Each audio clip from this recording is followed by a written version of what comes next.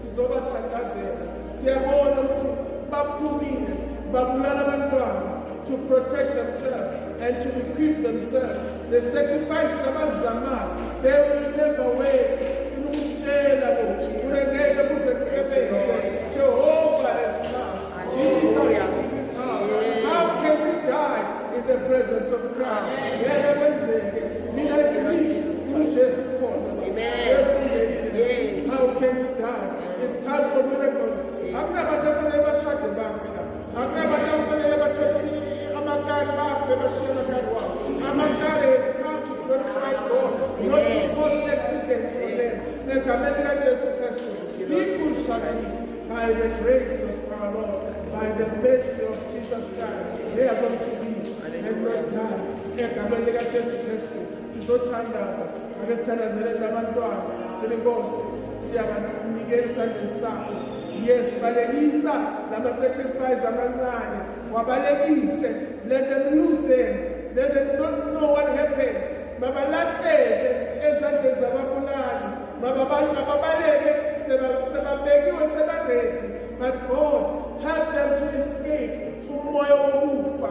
Vikela abantwana egameni likaJesu Kristu waseNazaretha. Yabona bakutshela umntwana ukuthi ahambe in righteousness. Akanowizwa kahle. But when uyamizwa wena, uhambe kulungeni so that God may protect you.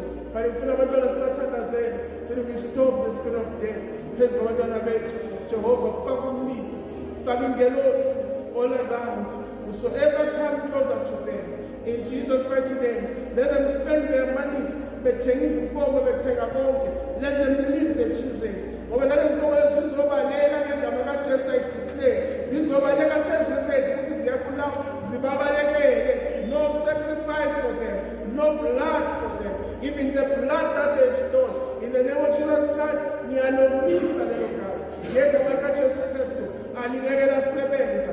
name of Jesus Christ, may God protect the poor children. We are born and our lives, we are full this down. We are born and coming.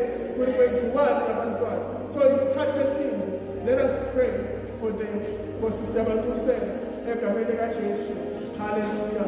Hallelujah. Hallelujah. Sivala mathuna, siyawavala.